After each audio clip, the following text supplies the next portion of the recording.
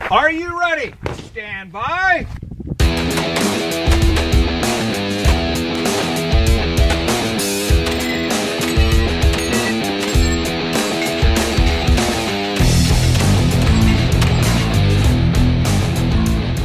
Welcome to the Three Gun Show, brought to you by Armalite. I'm your host, Dave Hartman, and my guest this week is three gunner Josh Tarrant. Josh, how you doing?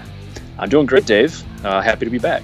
Nice. It's great to have you back, and we have an interesting topic for today. We're going to be talking about performance versus expectation of performance, but before we get into that, a couple things I want to tell the audience. We got the Patreon account, and I've got some cool stuff coming up that I'm able to do, all thanks to the people on Patreon. And Josh, if you're curious, I'll tell you after the show here. But big surprise coming up, and I wouldn't be able to do it without the support for the Patreon from the Patreon crew. So thank you to everyone that has signed up for support on that. If you're interested in helping out and supporting the show through Patreon, it's patreon.com/3gunshow. That's PATREON. And you can get access to things right away in that, such as the Match Recon podcasts. First dibs on Three Gun Show apparel and all kinds of other good stuff. You can check it out all there. Also, be sure to listen after the show for a special offer from Armalite. And now, Josh, what have you been up to, man? Just the same old thing, man. Just training a lot, getting ready for the last end of the season here. November is going to be a little nutty for me, so just trying to get some training underway and keep things rolling along. Nice. So I was internet stalking you as I do on the daily, and you've been doing some sling work and positional work for getting ready for Blue Ridge. Yeah, this will be my first time shooting Blue Ridge. I've managed to avoid it, not on purpose, just how things worked out. I think it was a direct conflict with nationals the last couple of years. So, oh yeah, but this year I get to do it, so I'm excited. Yeah, it's a fun match. I shot 1/3 of it last year and really enjoyed it. So I encourage you to shoot the whole thing. Yeah, my only memory of the match last year was the video of you falling down that just like blew the internet away.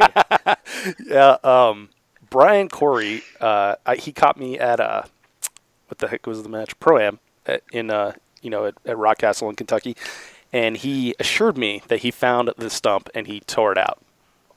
Oh, I wouldn't doubt that Brian did that. He's a super detailed guy. But yeah, kind of on that topic of falling down, there's some great video footage of me, Joe Farewell, multiple people just totally eating shit in the middle of stages. Someone needs to do like a three-gun highlight reel. People just wiping out. I think it'd be awesome.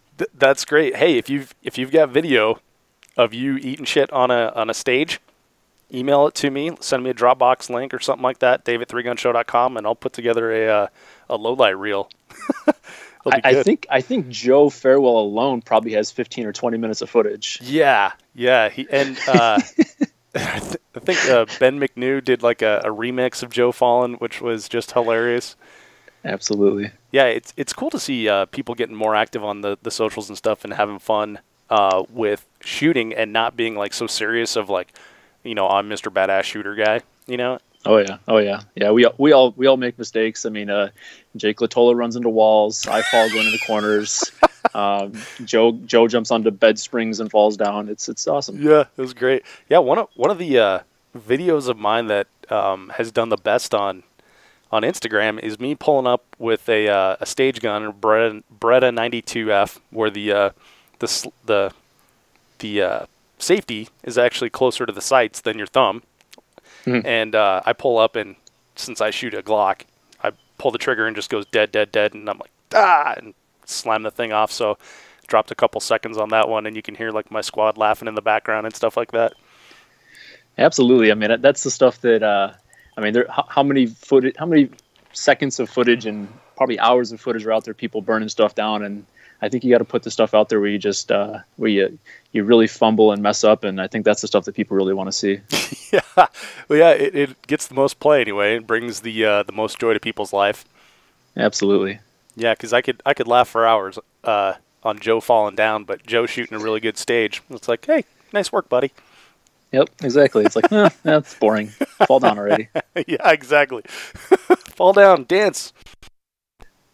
Well, Josh, you and I have talked quite a bit offline since the last time you were on the show.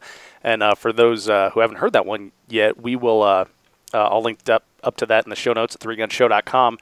But you've actually helped me through like a lot of things of issues that I'm dealing with in my own game, just talking them out with you, and we kind of figure out either solutions or just like, well, that sucks, and we move on.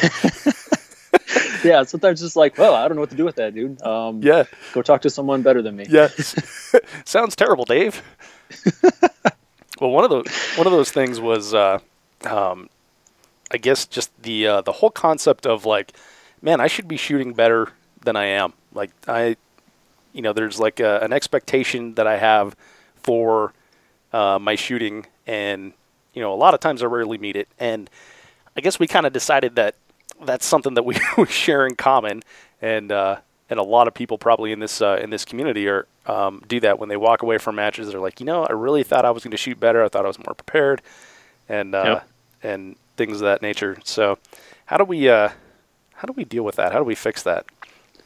Well, I mean, this is an interesting topic, and one that I think spans across many, many sports. But I think, first of all, you have to agree, and I think most of us do, that the three gun and the shooting sports in general is probably 90% a mental game. Mm-hmm. So your mental mindset coming into a stage, coming into a match, how you carry yourself through the match, through the ups and downs and the roller coasters that occur during a match, is really what determines your performance. Because at the end of the day, there probably isn't a massive separation between the guys in the top 5 and the guys in the top 20, top 30 in shooting ability. Mm-hmm. Right? They're pretty close. At some point, there's a line where I think the percentage difference in just raw shooting ability really isn't a lot, but it's probably more towards their mental preparation. But as I think back to and I by no, just kind of a qualifier here, I by no way, shape, or form do I have this 100% figured out. I'm kind of drawing these conclusions slowly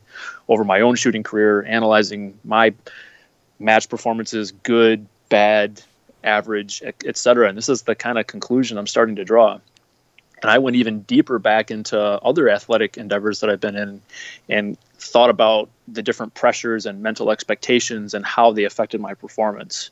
One of the things that kind of dawned on me not too long ago is back when I was racing bikes, in college and stuff. And I kind of did this mental assessment, or did this look back, and I realized that every race I ever raced that I had family or friends come to watch me race were some of my worst performances I ever had. Really? And they didn't make any sense because none of them really aligned with, say, maybe an injury or like a bad training cycle, or I was cycling up or cycling down on a particular, training build per my training program. But it was those expectations, right? It was that it kind of comes down to trying too hard. Yeah. So, and I was a lot younger. This was like 2001 to 2007. So, I mean, this is quite a few years ago. I was a lot younger, probably not as introspective as maybe I am now. And I never figured out why. Why couldn't I perform to my ability when I had my mom and dad, girlfriend, friends, hometown race, whatever it was, right? And it wasn't until, probably a few months ago, I started to kind of think about this expectations thing a little bit. And that kind of dawned on me. I looked all the way back then, and I'm like, you know what? I think I put so much pressure on myself to perform because of who was there, or the importance of the race, or what it meant. I think it really took away from my focus to just execute the way that I knew to execute. Mm-hmm. Yeah, I can totally relate to that, and I think a lot of people can. Especially when you've got like a buddy coming out to watch you shoot, or you're shooting on a squad of people that and that you want to impress, or something like that. Yep. So you're cycling, you're biking. You call it biking, cycling. Biking, cycling. Yeah. Your cycling career involved, and I didn't know this until we were chatting at Pro-Am, but involved time at the Olympic Training Center, right? I did a little bit of time at the training center before I went across to Europe and raced for a kind of a semi-professional, professional team there, and then a development team that was kind of tied into the U.S. national team. Right. So when you were deep into cycling, I mean, granted you were younger, and like these mental performance topics would bore me to tears when I was younger. I never ever thought about them, right? But it's true that if you go back and look at things that you performed in prior that you can see how big of a deal it makes. Now, was there any sort of like mental game training involved in anything that you did with cycling? No, we didn't get too terribly into it, and it's probably a mistake. I think it's something that, you look at these younger athletes, and a lot of them have all these great physical skill sets. They're kind of at the prime of their physical ability, but unless you've got someone, I think, who's really taking care of that mental management side of things, I think that you're not going to get the most out of it. And I remember back in my cycling days, and this is kind of not to draw a whole bunch from my past, but your prime years and historically in the cycling community was from like 28 to 34. It wasn't at 21 and 22. And I think a lot of that had to do with the mental maturity, kind of the overall toughness, experience all plays into it, but all of that. And what's funny is when it comes back to that kind of that expectations piece, I remember having some of the best. I won more bike races when I trained in cycling. We would usually go on a 6 to 8. We call them macro cycles. So you would build your training regiment toward a goal, toward a peak. And you would do that over the course of 6 to 8 weeks with kind of overloading your body and training parameters to try and drive to a top physical peak performance. So you try to pick major milestones. You could usually get 2 or 3 peaks a season, which you could physically be able to attain. And you'd pick these milestone races to build to these peaks. And so with that came these expectations. And I never raced well when I was the most physically capable. I won all my bike races off peak. Huh. When I showed up to races when I wasn't on peak performance, I had to race smarter. And my expectations, there were no expectations for me to do well. I remember once going to a big stage race and my coach being like, well, you're sliding down the backside of your peak. Your performance is going backwards. Your body's in recovery mode. You're probably not going to do too well in this race. Just go up there, enjoy it, support your teammates. I won the whole damn thing. I won 3 races, won every stage. I mean, it was crazy. It shouldn't have happened, right? But what it was the lack of expectations. And then if you talk to, it's the same thing. If you talk to like guys who golf casually, guys who like maybe play golf 15, 20 times a year, they do it for fun. They're maybe not super competitive. Mm-hmm. Almost every one of them will tell you the first time they play golf in the spring is their best round of the year because they have no expectations. They haven't swung the clubs. They haven't been practicing. They haven't shot any rounds. They go out and shoot great. Now, all of a sudden, they've got expectations. They're like, oh man, last time I played, I shot a 37. I can definitely shoot a 37 again. Wow, you just shot a 45. Nice job, dude. It's expectations. Yeah. That's such a good point. Like I came back to Denver here and I've been shooting with my buddies that I've been shooting with for years, right? And just going out and having fun and doing local matches and not really caring, in my head thinking like, oh, it's a local, just $20, going to have some fun. And I shot 2 penalty-free matches and actually, finished quite well on both of them. Yep. And I wasn't able to do that at the previous, 3 matches, shoot penalty free, which is like a simple thing. Like the basic thing is like, don't get any penalties, right? Yeah. And shoot all your targets. Don't forget anything. Penalty free. Yeah, exactly. And I wasn't able to do that like on the previous, I want to say 3 majors. Yeah, previous 3 majors because of all the, the pressure or whatever. And then the last 2 matches where I just kind of relaxed and like, oh, we're out here to have fun. Penalty-free matches.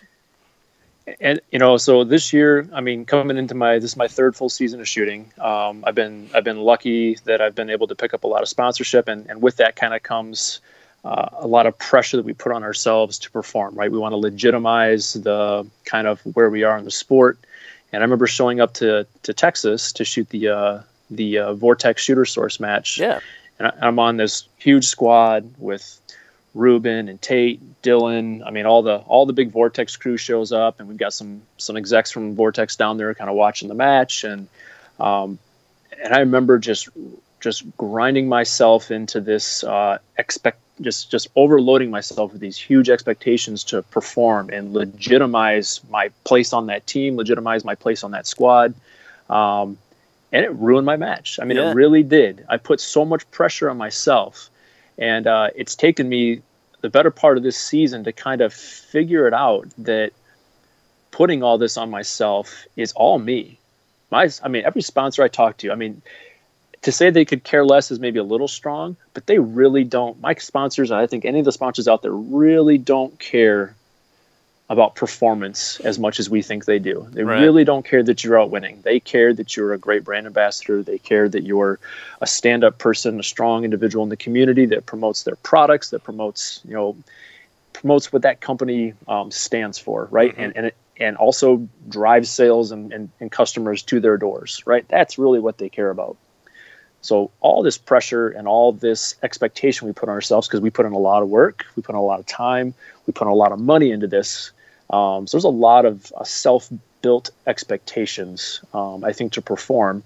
And I think for a lot of people, and everyone's a little bit different, but I think if you take a step back, for me, when I've taken a step back and just said, you know what, I'm going down here to shoot my guns, to hang out with friends, and have a good time, Mm-hmm. and not take it so seriously, and just have a good time with it.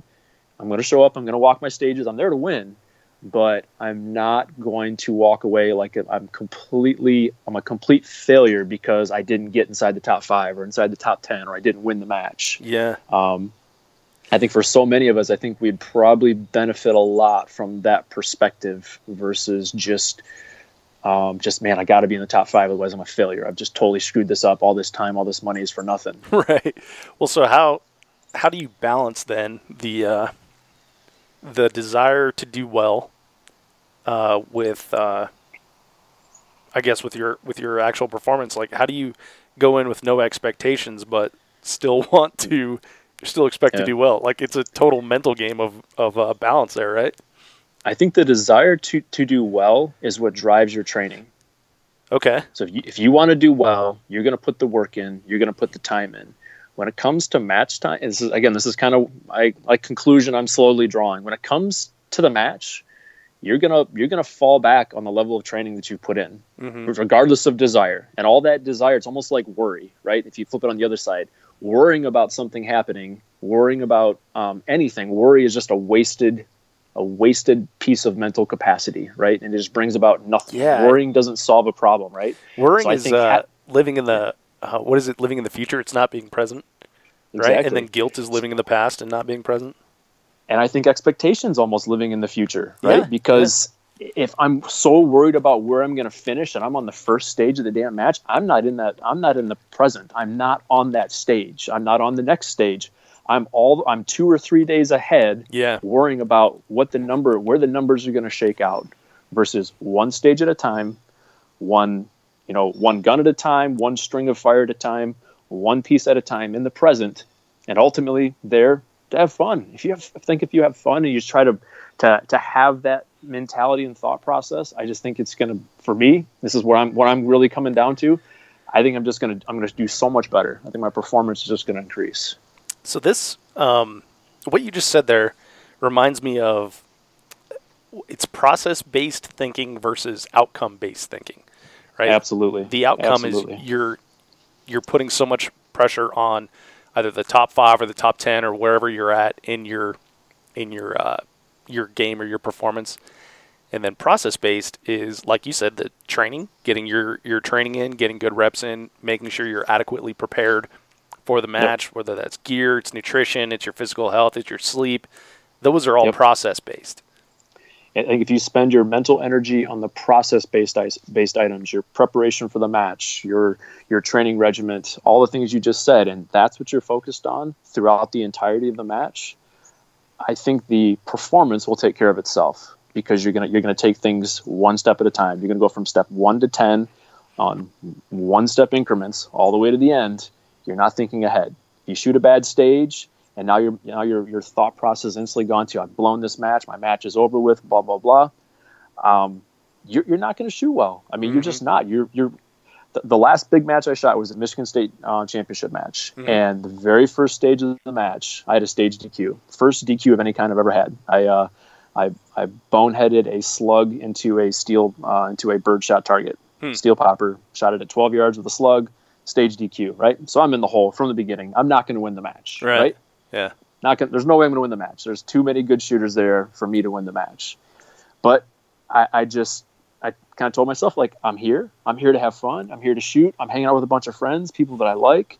I'm going to shoot the best match that I can, one stage at a time. And I honestly told myself is that I'm just going to go to each stage and I'm just going to run the stage just like I normally would to win this match. And we'll just see what happens. And it's going to be fun to see what happens, right? Mm-hmm. Yeah. I went on to win, I think, 3 stages out of the 7 total. Nice. Whole bunch of top 5s, and up 5th place with a stage DQ. Huh, crazy. Right? Which, I mean, I think that was almost more exciting than getting first or second in the match, because I battled back. I didn't mentally let it shut me down. Right. And ultimately, I just focused on having fun. I just was hanging out with Jason Carrillo and a bunch of good dudes, and we just had a blast. And it turned into just a fun match to have fun and just keep shooting and see what happens, right? I don't know how you could have I'm more proud of that 5th place with a stage DQ and battling back to that point than I probably would have been, finishing first or second place in the state championship match. Yeah. I don't know how you could I think it was a better mental achievement for me than just shooting a great match, 7 stages, and walking away with the win. Definitely. I don't know how you could have a bad time hanging out with Jay Carrillo, too. Oh, yeah. Jay's awesome. He makes everything fun. So what's your self-talk then when that stage DQ happens? You said you're going to focus on fun. Did you take 5 minutes, get, deep breaths and stuff like that? Like, how did you reset your plan? I'm still working on this. Something Ruben challenged me with, I think at Texas, and probably again at Trigun when I shot with him, is that when I have a bad stage, I think I would definitely tend to dwell on it. I'd go right to the past, right? If I could just have this one stage back, if I could have that one target back, and I would just belabor it, and I would let it occupy what I was thinking about instead of thinking on the present, thinking about what I had to do next, what was next on the plate, right? Mm-hmm. So Ruben challenged me really hard with that, and I took it to heart and really started to try to think about that more and more. And it really is that, just what's next, go right to my next stage plan. And I've been doing that more and more. Even as soon as I'm finishing shooting a stage, I take my stuff, I go off the range. I mean, you get a free pass. Obviously, you don't have to reset your own targets. You have to reset the next one. So I'm instantly on reading my notes for the next stage. I'm reloading my ammo. I'm getting my belt set up for the next stage. So I try, good or bad, to 100% mentally go to the next stage. I'm going to, from that point forward on, if I'm thinking about something, I'm thinking about what I'm shooting next, not what I just did, mm-hmm. good or bad. Mm-hmm. But I'm already engaged in the very next thing I'm going to do. I think it's one of the ways I've kind of tricked myself into not just laboring over those past mistakes or that bad stage or that stage DQ.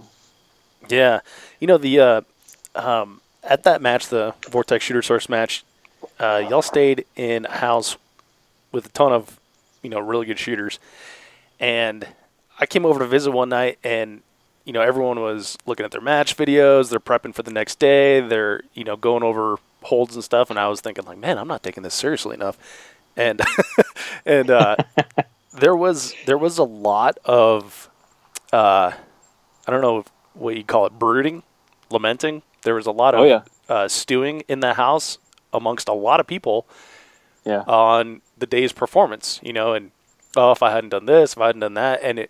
So I guess there are a lot of shooters I respect.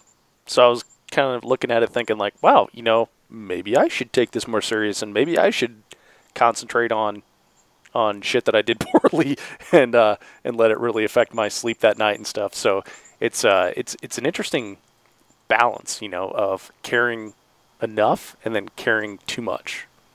It is. I had that conversation at that match with Andy Peterson, and I'm kind of paraphrasing here, but Andy's words to me is like, dude, you've got all the skill set to be one of the best guys out there. You shoot really well. It's like, you're faster than almost everybody, blah, blah, blah. He's like, but you're trying too hard. You care too much about the outcome. So there's a such thing as like wanting it too bad to where the outcome starts to affect performance. He's like, just dial it back a little bit, have some fun, and it's taken me all season. I mean, it's been a bit of a roller coaster. I've gone from, some poor match performances to some really good match performances, and I'm really trying to dissect what was different between them, what was different in my mindset. And again, that's the conclusion that I'm really kind of coming to, is that that pressure I'm putting on myself to try and win or to prove or legitimize where I'm at or what people think of me, it doesn't do anything for you. It really doesn't. It's probably making me worse. Yeah. Yeah. So what's the move going forward? How do you fix that? I'm really focused. I mean, I've got have fun written on almost every piece of my gear now. I'm just really like writing it in, just have fun, have a good time, smile, enjoy your time. Right. So just really trying to think positive. It's funny because in my professional life, I preach positivity a lot to my people that work for me. It's just, a good positive outlook, finding the best in situations, not being blind to what didn't go well, but let's focus. And I have the same approach when I work with shooters who I'm helping kind of to improve their game, right? They'll call me after a match and everyone instantly wants to go into what they didn't do right. When you ask them, hey, how's your match going? Well, blah, blah. How many people say, dude, I destroyed stage 3, right? Nobody ever leads with that. Everyone goes right to the negative. What did I not do? What did I screw up that would have put me in a better place, right? Instead of going right into what I did well, right? So whenever somebody calls me that I'm working with, I'll stop them right away, or even I'll start the conversation with, hey, how's it going? Tell me what went well. I want to hear that first. Re-imprint what went well and why did it go well, and understand that and build on it. And okay, now, and I'm gonna be blind to what didn't go well. And I think if there's things that didn't go well that are like gear issues, get them fixed, but don't dwell on them because it's not fixing anything. Right. If you had a bad performance moment, then let's understand what you made a mistake on, and then how do we fix it, and how do we put a Band-Aid on that and get it fixed and corrected. But what did you do well? What did you do well that you typically don't do well, and why did it happen? Right? If you went lights out on long distance rifle, did we enact something great in your training that made that better? Did we adjust something in your technique? Why did that go well when previously it didn't? I think it's important to understand that more so, right? Mm-hmm. It's that whole leading with your strengths and mitigating your weaknesses, that whole concept, right? Right. Yeah. So I think that's a huge part of it. And, kind of a segue into this expectation piece. One of the most common things I hear from guys, and I'd say this is really common.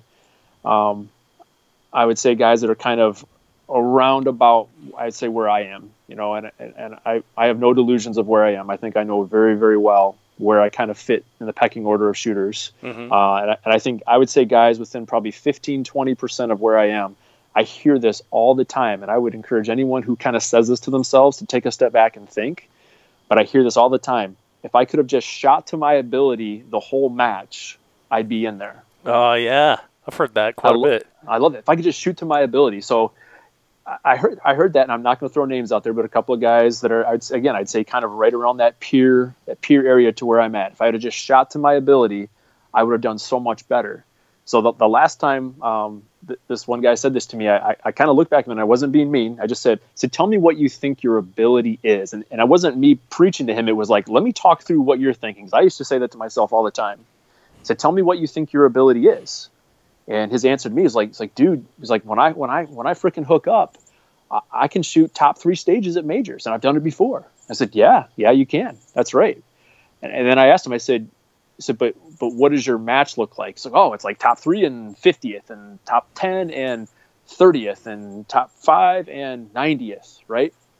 So when I kind of flipped the question back at him, and I said, as a whole, I said, are you counting your ability as a single performance on a stage, or is your ability really your ability to bring it together for a whole match? Because I tell you that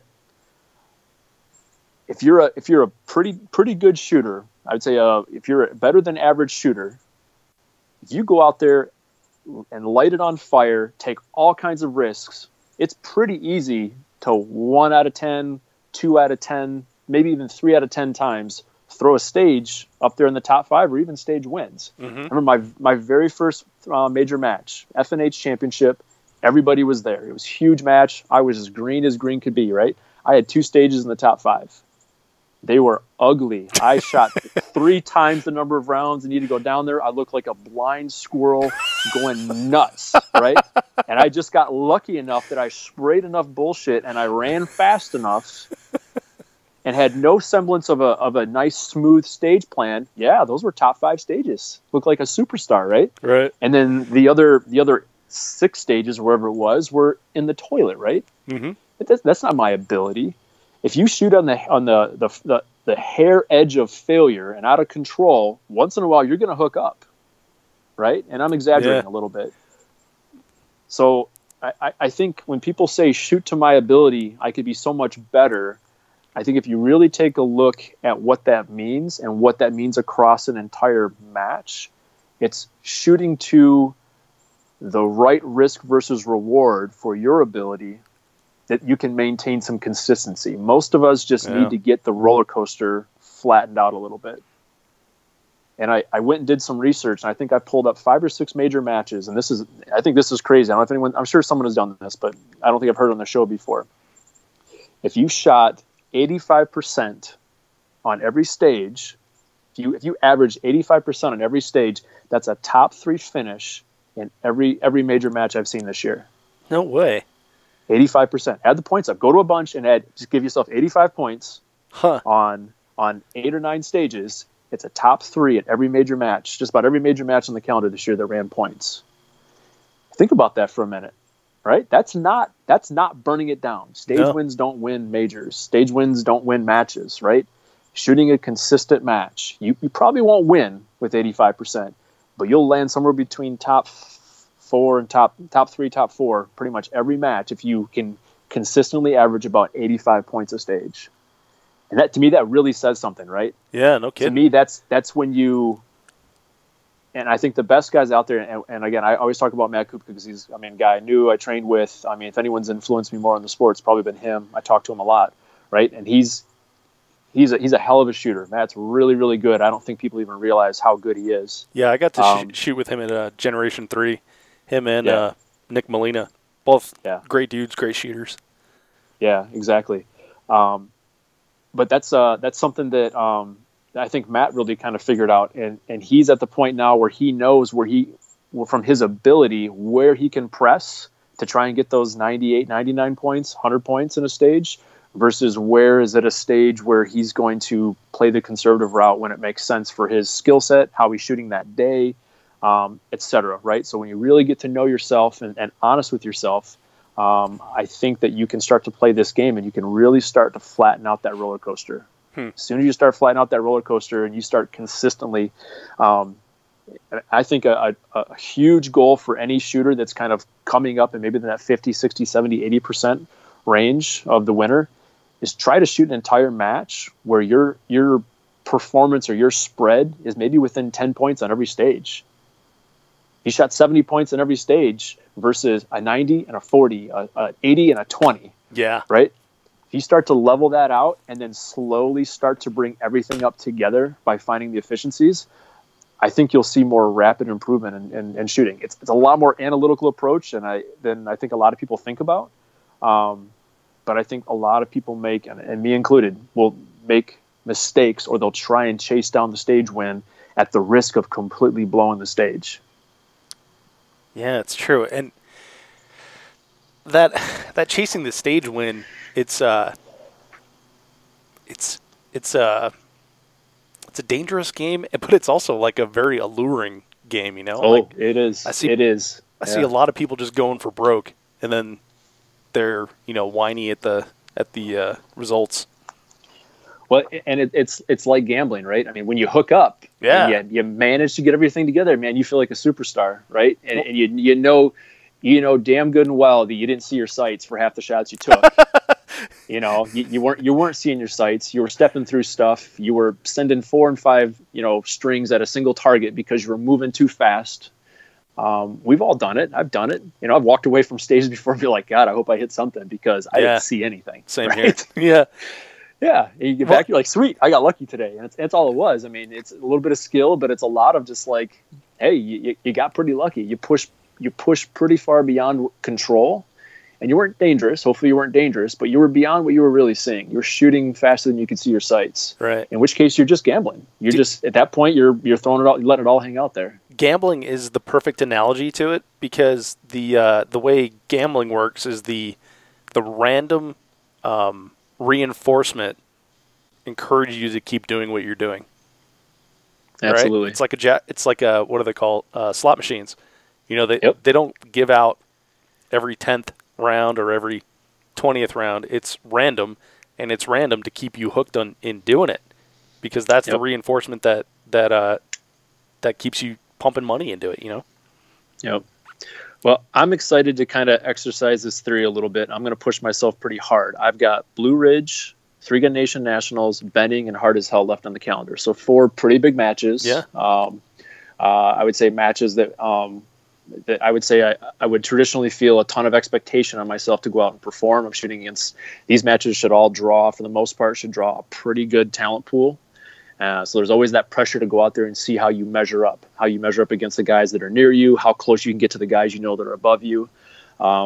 So kind of my big challenge to myself is to try and keep all this in perspective, to go out and have fun and not put a ton of pressure on myself to perform, but just show up to shoot and have a good time and see what happens. So I'm excited to give this a try and see if it works for me. Yeah, focus on the process rather than the outcome. Absolutely. So, you know, I've done a little bit of research on like performance versus expectation of performance, and you know, one of the things that seemed like a common theme, and you know, this is all like sports psychology type stuff, but it's the separation between performance and expectation creates anxiety, and then the anxiety is the killer, right? Yeah. Anxiety leads Yeah. to like burnout, and then people, you know, what do they call it, rage quitting and shit like that. So Yeah. how do you mitigate the anxiety that we can create in ourselves? I think the anxiety piece. So I'm probably not the best person to ask this because I don't get a lot of anxiety. I never have. I think I get a lot of excitement. I definitely still get a lot of adrenaline, especially the first stage of a match. Sure. After that, I actually don't get much at all anymore, which is almost a bummer because I used to love that rush. I know. Just before the buzzer went off, you just feel like you're going to puke and you had to piss your pants all at the same time. Yeah. It was a great feeling. I do both. Yeah. But I don't think I've ever suffered a lot from anxiety, and unless it was that anxiety, the expectations got in my head, and that trying too hard piece. So, yeah, I probably don't know enough about that to really comment. So the preparation piece that you said that you're concentrating more on the processes here. What kind of preparation are you doing coming into these last 4 matches? Like, how are you going to make yourself peak at that higher level, but then, you know, still go out and have fun and perform? Yeah, I think for me, and I think anyone now that with the internet's a wonderful thing in the shooting sport, right? We can go to any previous match and you can find somebody's 15-minute video of an entire match. So over this past week, I kind of watched 2 or 3 people's videos of like 2015, 2016 Blue Ridge. So I'm getting an idea of the flavor of that match since I haven't shot it before.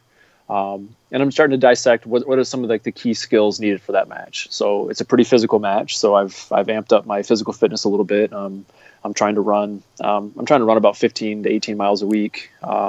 Just trying to get physically fit, where I even more so than I am, so I can get into these tough positions and come out of them and being able to push a little harder in a longer stage. So that's something that I think is very specific. So if I go into those matches to where if I'm able to go out and run, 6 or 7 miles continuously at a high pace, I'm going to have confidence in my ability to execute maybe a minute or minute and a half or 2 minute long stage without worrying that I'm not going to be able to push through to the end and have to take it back 1 gear versus keeping the gas down. So I think that's one piece that builds confidence. I've heard that Blue Ridge, for example, has got some pretty tough positional shooting and also a use of a lot of slings. So those are 2 or 3 things that I'm focusing on. So I'm doing a lot of dry firing with a pistol. I've got the rifle on my back. If I'm shooting my shotgun and loading my shotgun in the basement or on the range, I've got my rifle on my back. So I think those little things just give you the confidence when it's time to do them. And they're all just a little bit different, right? So it's not a big deal to shoot your shotgun or load your shotgun with a rifle on your back. But if you haven't done it in 6 months, and then the first time you do it's on a stage, and if the first step you take and you get bumped in the back, you're like, oh man, I haven't felt that in a while. This is uncomfortable, right? Yeah. I don't want to be thinking that. I want that to be just normal. I'm expecting it. It's been there. I've been doing it. So for me, those are a lot of the little things you can do when you start to understand the flavor of a match. Three Gun Nation Nationals, they're kind of known for having a fairly decent mix of some field courses, but usually some really good base stuff. So I'll be doing some footwork stuff, shooting some USPSA matches, just because their high option stages are they're really indicative of fast gun manipulation changeovers. So dumping a shotgun, going to a pistol, or going to a rifle quickly, getting in and out of positions quickly. So that's probably the prep for Three Gun Nation Nationals. Benning's one that I've not shot before, but I'm watching a lot of videos. It looks like a lot of fun.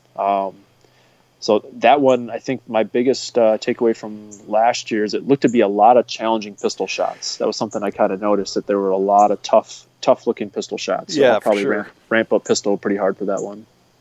Yeah, I saw some of the stages from, or I guess stage descriptions from this year's Benning, and it looks like pistol heavy again. A lot of challenging pistol shots.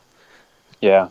So I think that one's the key for that one's going to be a lot of rounds to the pistol. Get ramped up on that, and then Hard as Hell is another physically demanding match with lots of screwy stuff that you probably can't practice for because you just don't know. I mean, I don't know if we're going to carry an egg again and run through a whole weird stage and crawl under stuff or throw grenades. I mean, you just don't know. So I don't know how you really prepare for a match like that, not knowing what they're going to throw at you, but you can guarantee it's going to be physical. You can guarantee there's going to be some tough rifle shots. Probably make sure you're super dialed in with slugs, because we had some long slugs and slug spinners and things like that. Yeah. The slug spinner ate a lot of people's lunch. Oh, it ate mine. I think that was the first slug spinner I'd ever shot, and that was not fun. I didn't do well on that stage. Yeah, I got greedy on that one. The conservative path is to hit the bottom plate, right? Repeatedly. Yes. And so I hit the bottom plate, I think, like, was it 2 times in a row or something? And then the third one spins it, or maybe it's 4. I don't recall. But I was almost to the point where it was going to go over. I got all my hits, and then I got greedy and tried to go for the top plate, and then just mic'd twice and just totally trashed it. It's like, well, that was dumb. Yep. I think I shot the bottom plate and then tried to go to shoot the top plate. I'd miss, come back down. I'd miss the timing on the lower one, so I'd have to wait for it to come back. I hit the bottom plate again. I go back to the top, miss. Yep. So I was shooting, and this year I'll take out some heavier, faster moving slugs. I shoot the low recoil Fiocchis, and I think if you want to smash a spinner, you probably need to get something cooking about 1,500 feet per second and really hit it hard. Oh man, I got some I think 1,600 extreme, or 1,500, 1,400, whatever they are. Yeah, those hurt to shoot. Yeah, they do. Yeah, they're the right ones for that game. Yeah, for sure. Yeah, they're pretty accurate too, considering how fast they're going. They're just like accurate by velocity. Yeah.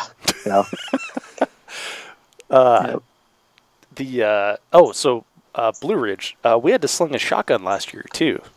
Yeah. I recall because that bruised the back of my head. It's always a boner. I don't like slinging a shotgun. You got a big tube. Well, actually, for Blue Ridge, you have to run. Well, you don't have to, but I'm putting a shorter tube on my gun, so maybe I won't have the tube sticking out as much and hit me in the head. But slinging a shotgun is no bueno in my opinion. But oh well. Nah, I'm not a big fan of slinging a shotgun either. But you're right about Blue Ridge. 8-round capacity max, which is kind of cool. It's Andy's got his own rule set. I mean, he wants 30-round rifle mags. 8-round maximum in your shotgun. I mean, he's got his own rule set, which is fun. It's just something different. Yeah, and it is a completely different game when you've got that 8-round tube, because you'll find a lot of places, or at least I did, where it was advantageous to stuff 2 as you're running, rather than wait for it to be a quad. Yeah, which is really tough, right? Because most of us have our loads. Well, I don't say most of us. My particular caddies are set up in quads, right? So if I just pull 2 off and my next set needs to be a quad, I've got 2 shells in the way. Right. So it's not gonna work too well. So yeah, I've never shot with an 8-round tube, so I'm gonna have to do a little bit of practice on that and just see how it goes. If I get in a situation today where I need to just put 2 rounds in my gun, I pull 4 and just throw 2 in, and the 2 just fly out of my hand, just because I'm just so used to grabbing 4. Yeah. So it looks like I'm missing a load, but I'm really just 2, and the other 2 just go flying. I'm back shooting again. It's an expensive game to play, though, at a major. You rarely get those back. Yeah, you rarely get those back. Yeah, but figure all the costs you're spending to go to a major. What's a couple of 20-cent shotgun shells? Yeah, exactly. Well, Josh, you mentioned cycling, cycling. So like peaking, where you're I don't know how to say it without saying the word cycling. Your training is changing to where you're peaking before like a race. Yes. Right. Yeah. It's a ramp up, right? Yeah. So you, from a physical fitness perspective, from that perspective, your body responds to overload, and the whole key is to kind of slowly increase the level of overload across a period of time and try and drive your body into a peak performance. Most athletes who've played at a high level and most stuff, they've probably experienced a physical peak, and they maybe didn't know what was going on, but you almost feel like you can run infinitely. I could sprint for like forever. I don't feel like I'm getting tired. My legs feel like just extra light and fast and all of that. So I remember experiencing that in football and baseball back in high school, and I had no idea what it was. I just thought like, man, today's just magic. I don't know what it is. Must have been the Wheaties or something. But what it was I developed some type of a peak. Like the overload was just enough through training and through games and blah, blah, blah. And you built yourself into a nice peak. And your body can sustain that, but it's a fragile edge. You can only maintain it for a couple of weeks, right, before you start to kind of naturally slide back down a little bit, and your performance starts to tail off. Yeah. In weightlifting, they call it like cycles, mesocycles, microcycles, etc. Yep. Do you do that with your training in 3-gun? I don't, because 3-gun is it's another one of those ultimately skill-based games with the physicality element to it. So there's good to have both, right? I don't think being incredibly physically fit is absolutely not going to hurt you, and to me is a measure of benefit as long as your skill comes along with it as well. Right. Again, to kind of put it back on golf, right? Being a super strong, athletic, flexible guy, it's going to help you golf well as long as you still continue to maintain the skill set. I think it's very similar here as well. I think you've seen that trend in golf and other skill type sports. Yeah. So I haven't. Probably someone with a lot deeper understanding or longer time in the game than myself. It'd probably be a great conversation with Jerry, not me, about the cycle and training nature on the skill side, and whether he feels like he can build or overload himself to a point where he feels like he's reached kind of a peak of his skill set, and can he maintain that? For me, I just try to pick a target in a window of time or a match that I'm looking to, and then 2, 3, 4 weeks out, whatever I have available in my calendar, try to specifically train for the elements of that match to where I come in feeling confident with all 3 guns ultimately, both whatever I think is going to be the biggest challenge. Whatever, if it's going to be a super heavy rifle match, I'm going to spend a lot more time dry firing rifle. I'm going to spend a lot more time long distance with rifle. If it's a lot of fast paper burn down stuff with the rifle, I'm gonna try and shoot a lot of PCC matches. I'm gonna really work on shooting my rifle on the move, rolling between my 45s back to my primary optic. For offhand, we do a lot of offhand stuff. So that's how I approach that piece. I definitely wouldn't say to the point where I was with the physical stuff of cycling, like macro cycling or micro cycling up to a peak fitness. Right. Yeah, and it's interesting too, because you mentioned earlier that you can probably do that 3 times a year. Well, we have way more than 3 matches a year, so yeah. I wonder if maintaining like a constant level of skill preparedness is where it's at versus cycling, unless there's. I think it depends on you and your personality, right? And also how long you've been in the game, right? So. I had this conversation with Josh Froelich. He and I have both been playing this game about the same amount of time. You've got to balance the constant shooting, dry firing, all the effort, all the mental engagement with burnout. Yeah. Right? Because it's super easy to push yourself to the point to where it's not fun anymore, right? Yes. Where you don't even want to be there, but you've done so much work to be there. It's a waste if you don't go. I've been there before in other sports, and I haven't been there yet in 3-gun. But again, it's only been 3 years for me. So I still feel like I'm still learning so much, and I'm still, I haven't gotten to the point where I feel like I've really flatlined in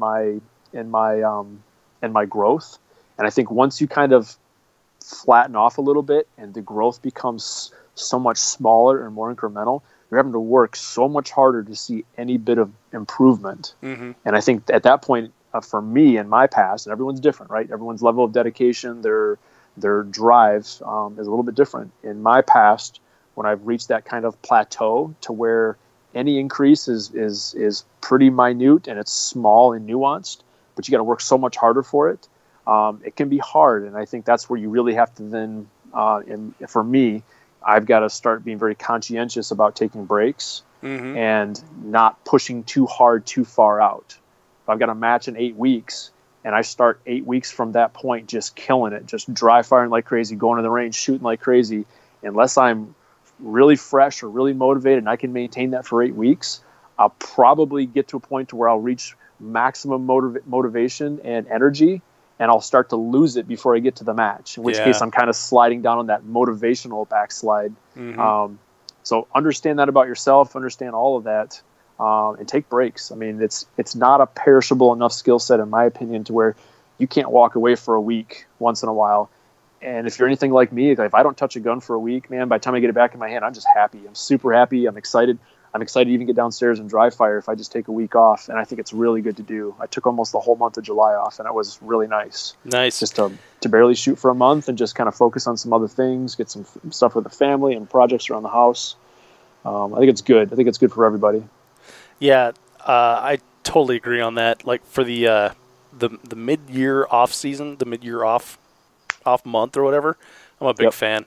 Like I was talking to Scott Green about that kind of thing, and he's like, go shoot for fun. Like, don't bring any of your 3-gun gear.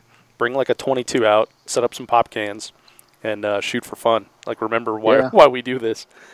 Yeah, or just go do something you don't usually do. Go shoot sporting clays or skeet or PRS or something else. Or or just don't shoot. Go do something else, right? Mm-hmm. It's we all have other interests outside of shooting, and there's this can be very monopolizing, right? I mean, you're kind of, I think you shoot more matches than I do, but at 14, 15 majors this year, it's hard for anything else in your life, right? It makes everything else a little strained. So take that time to go have some fun and just push the reset button. It's really nice.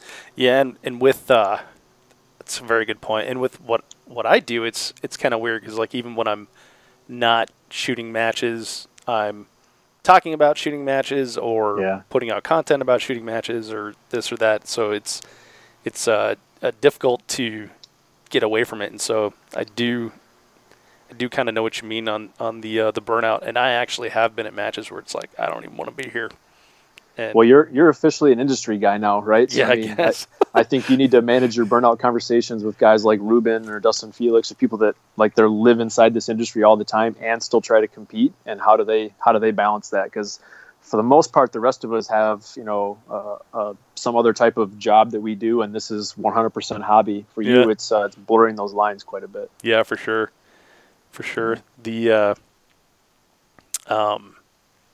The break, though, I think that sounds like fun. When you're done with a match, like when you come back from, you said Blue Ridge is your next match, right? Yep. Do you put the guns away for a couple days, or do you immediately start training for the next match? Depends on the window of time, and I would say also depends kind of on my motivation. Mm-hmm. So I usually don't put it down right away. I will keep. I try to do something the day after a match. So even after I get home, even if it's just kind of dry fire and just kind of, especially something I feel like I need to work on. Like if I was struggling with my shotgun at the match for whatever reason, or things weren't going well, I usually want to kind of go out and try and address that problem right away. Yeah. But again, it depends. For Blue Ridge, for example, when I get back from Blue Ridge, I'll probably put the guns down for a little bit.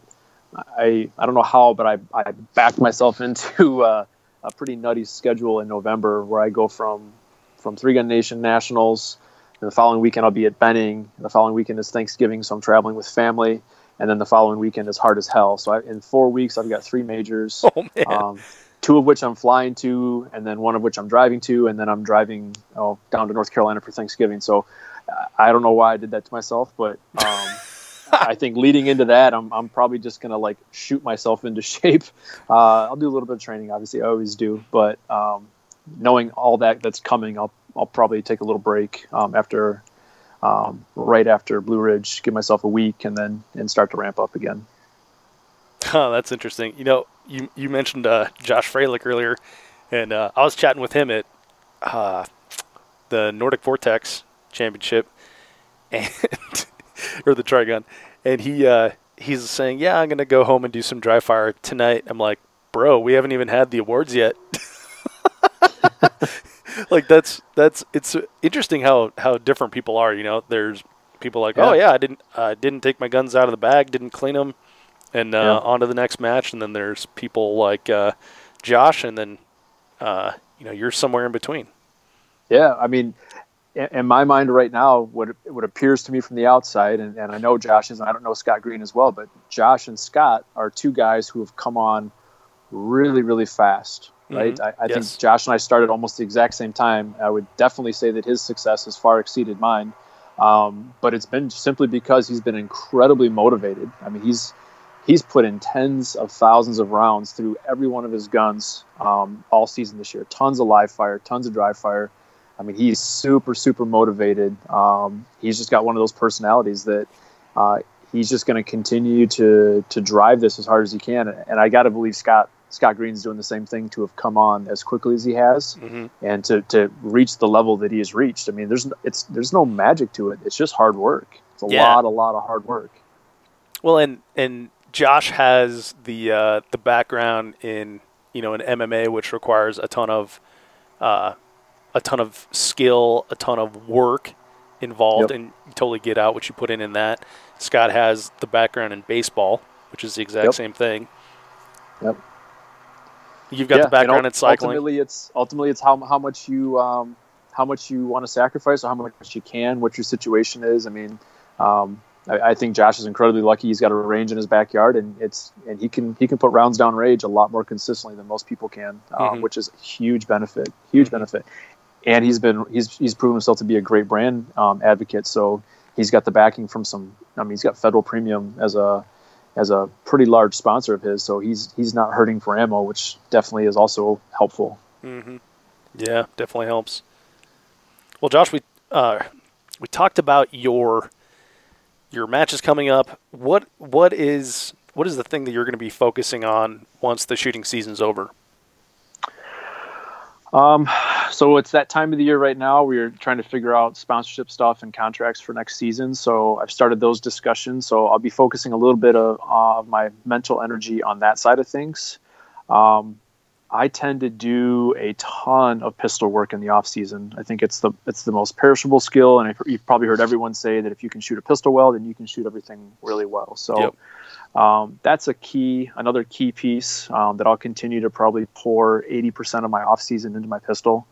Again, it just transfers so well. I'm going to continue to work on kind of the foot speed side of things. I think I move pretty well, but I always see opportunity where I could get in and out of positions a little bit faster, a little bit better. I'm getting older too. I turned 30, 36, 37 this year, so I can feel myself slowing down a little bit from where I was 2 or 3 years ago, and I just want to stay ahead of that. I feel like I've probably got 6 or 7 really good years where I can, before probably my physically I'm slowing down a little bit and I'm not as fast as I was. So I want to stay ahead of that as much as I can, stay ahead of injuries and all that. So that's probably what my off season will be focused on.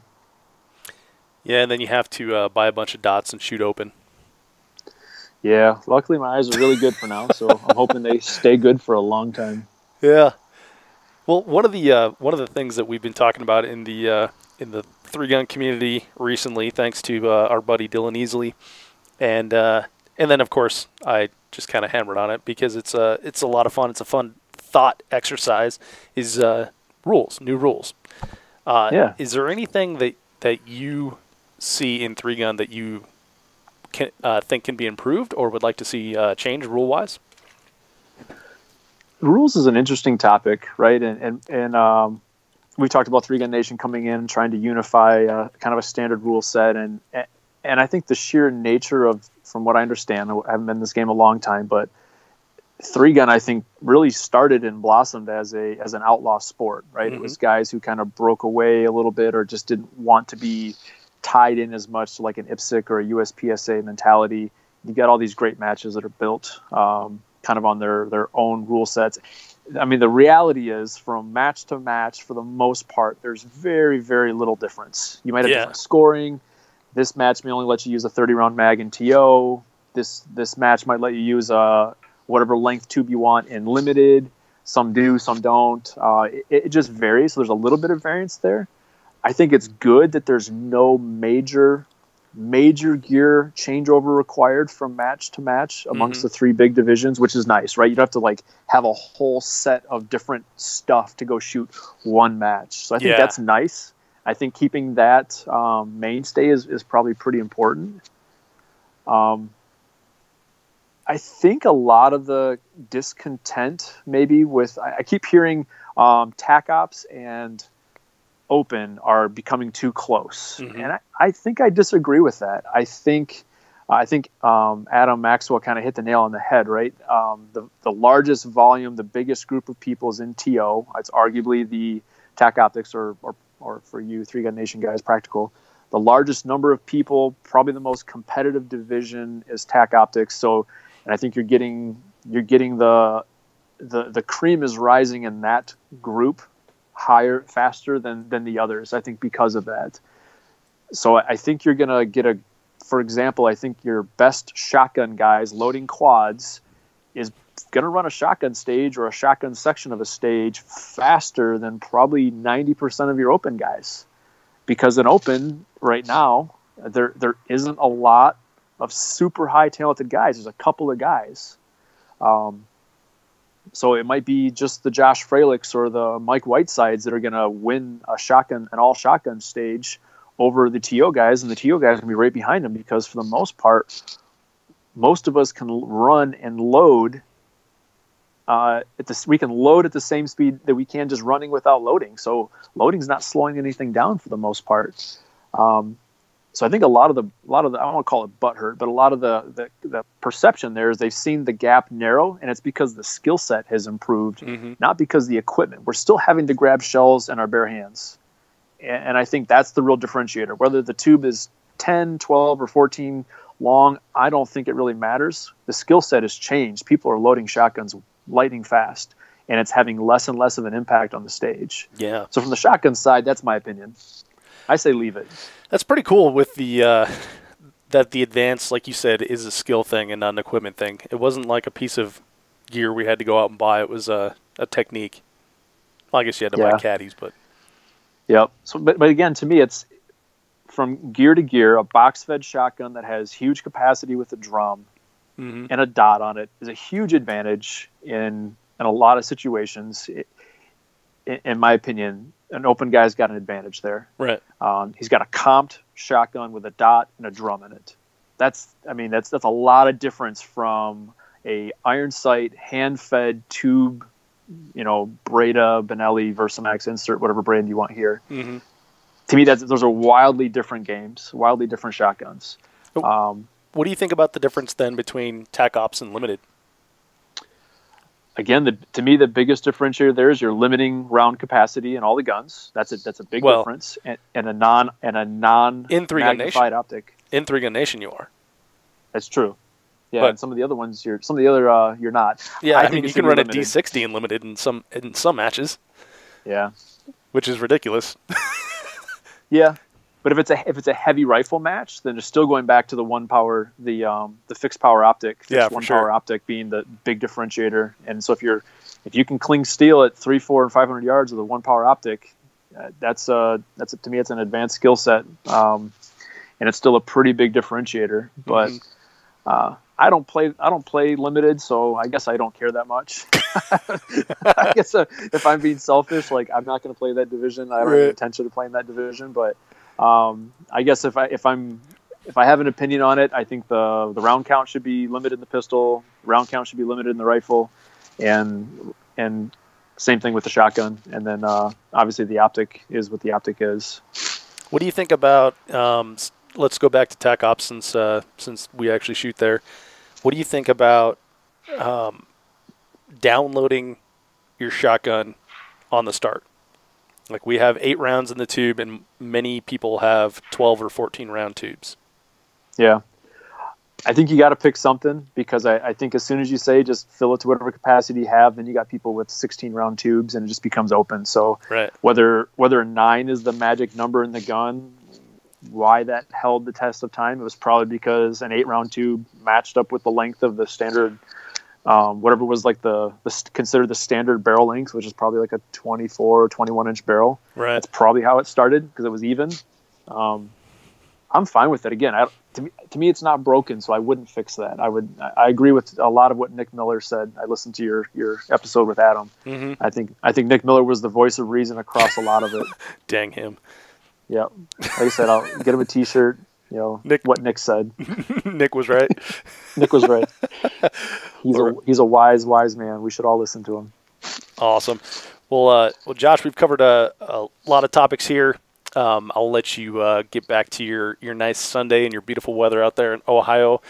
If you can leave the audience with one thought or one piece of advice, something to take away from our discussion today, what would it be? I've probably said it 1,000 times today, and it's what I keep telling myself, and show up and have fun. If you have fun and you focus on that, I think the performance will come with the hard work that you're doing. If you don't work hard and you just want to have fun, then you have no reason to believe you're going to do well. But work hard, but then show up to have fun. Awesome. I like it. Well, Josh, this has been a ton of fun, man. I always enjoy chatting with you on the show or off the show about three gun and life in general. I think you have some really good perspectives, especially considering your background in other sports that you can bring into three gun here. And I appreciate your time, man. Thanks for being on the show. Hey, man, it was great. I appreciate you having me.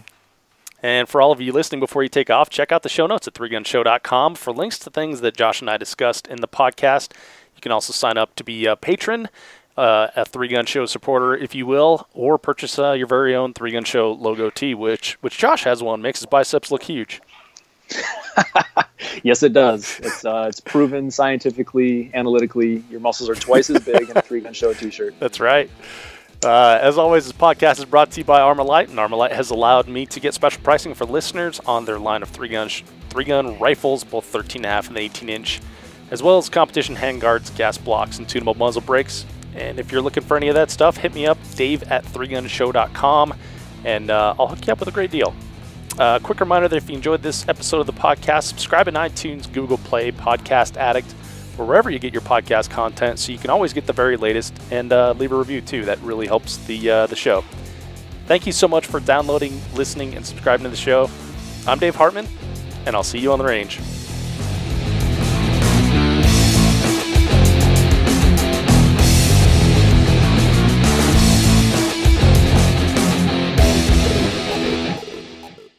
If you are finished, unload, show clear.